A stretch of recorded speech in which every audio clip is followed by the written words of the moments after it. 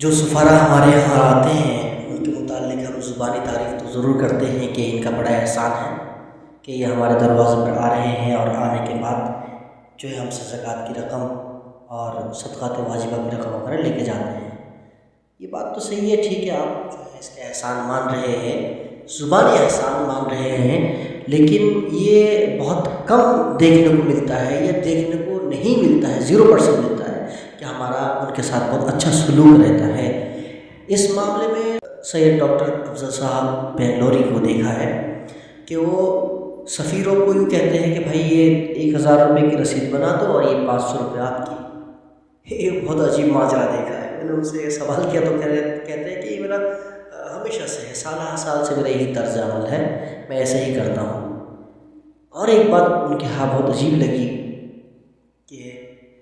جیسے سفیروں کی عام طور پر تحقیق ہوتی ہے، میں خود بھی اس کام کو لگتا ہوں اس وجہ سے کیونکہ علاقے میں ہمارے ساتھ مجبوری ہے کہ علاقے میں بہت سارے لوگ ایسے آ جاتے ہیں جو سفیر تو نہیں ہوتے لیکن سفیر کی لباس میں آ جاتے ہیں، تو اس لیے کرنا پڑتا ہے۔ لیکن ان سے میں نے یہ دیکھا ہے کہ وہ کہتے ہیں کہ ہم زکوٰۃ ادا کرنے کے پابند ہیں لیکن اس کی تفتیش کر کے دل آزاری کے مکلف نہیں۔ یہ بہت ہی حساس قسم کا جملہ ہے یہ، اور اس وجہ سے میں بہت متاثر بھی ہوا۔ بہت سی دفعہ دیکھا ان کے یہاں کا جو سفیر آتے ہیں تو اس سفیر کو جب انہوں نے کچھ دیا الگ سے،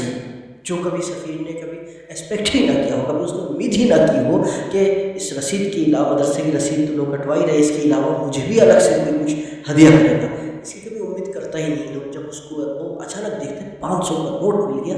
تو اس کی آنکھیں چھلک اٹھتی ہیں۔ خیر، اللہ تعالیٰ ان کو مزید ترقی عطا فرمائے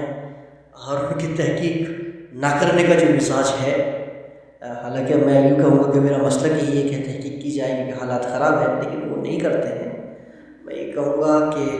الٹی ہی چال چلتے ہیں دیوان گانے عشق، آنکھیں بند کرتے ہیں دیدار کے واسطے۔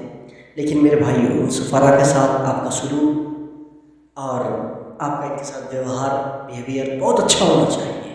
کیونکہ یہ رمضان کے مہینے میں آپ جانتے ہیں، رمضان کا مہینہ انسان چاہتا ہے کہ اپنے گھر میں رہے، اپنے بچوں کے ساتھ رہے اور کسی بھی طرح سے وہ کوئی بھی پریشانی نہیں اٹھانا چاہتا۔ روزہ رکھ کر ان سفارہ کا پتہ نہیں کہ ان کا سحری کہاں پر ہو رہی ہے، ان کی افطاری کہاں پر ہو رہی ہے، کچھ نہیں پتہ، پورا دن دھوپ میں گھوم رہے ہیں، لیکن پھر بھی یہ لوگ لگے ہوئے ہیں۔ میرے بھائیوں، جو عظیم کام یہ کر رہے ہیں، یہ قوم کے لیے، ملت کے لیے اور اسلام کی بقا کے لیے بہت ہی بڑا کام ہے، بہت عظیم کام ہے۔ اس لیے ان کو سراہنا، ان کی پذیرائی بہت ضروری ہے۔